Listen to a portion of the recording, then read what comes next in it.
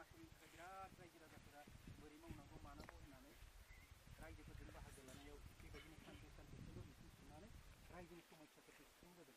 थिग बेबादिनो नैबे रायजोनि समस्याखौ सुफुंनांगौबा रायजोआ गावनि नांगौखौ गांनाय उखैनायखौ बुंना लानो हानांगोन।